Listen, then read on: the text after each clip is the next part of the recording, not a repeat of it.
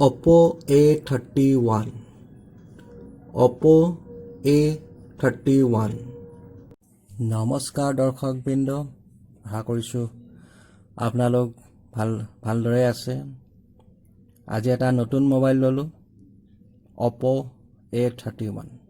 এই মোবাইলটো লোৱাৰ কাৰণ হ'ল ইয়াত থকা তিনিটা কেমেৰা।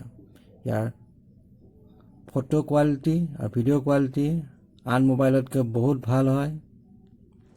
মোবাইলটো অন কৰি আপোনালোকক দেখুৱাইছোঁ। এইবিলাক ছফ্টৱেৰ সুবিধা ফাংচনবিলাক আছে ইয়াৰ মোবাইলটো। এইবিলাক ডাউনলোড কৰিছোঁ কিছুমান ছফ্টৱেৰ। এয়া চাৰ্জাৰ, সৰু চাৰ্জাৰ হয়। চাৰ্জাৰ মোবাইলটোত বহুতো সুবিধা আছে। এয়া লগতে ভিডিঅ' কোৱালিটিও আপোনাক দেখুৱাই দিছোঁ। ভিডিঅ' কোৱালিটি ইয়াৰ বহুত উচ্চ খাপৰ হয়। এয়া ঘৰৰ বেলকনিৰ ফটো। মই ঘৰৰ সন্মুখটো দেখুৱাইছোঁ। দৰ্শকবৃন্দ, এই নতুন মোবাইলেৰে মই পোনপ্ৰথমে প্ৰকৃতিৰ ভিডিঅ' বনাইছোঁ। এই ভিডিঅ'ৰ কোৱালিটি লক্ষ্য কৰক, খুব ভাল লগা।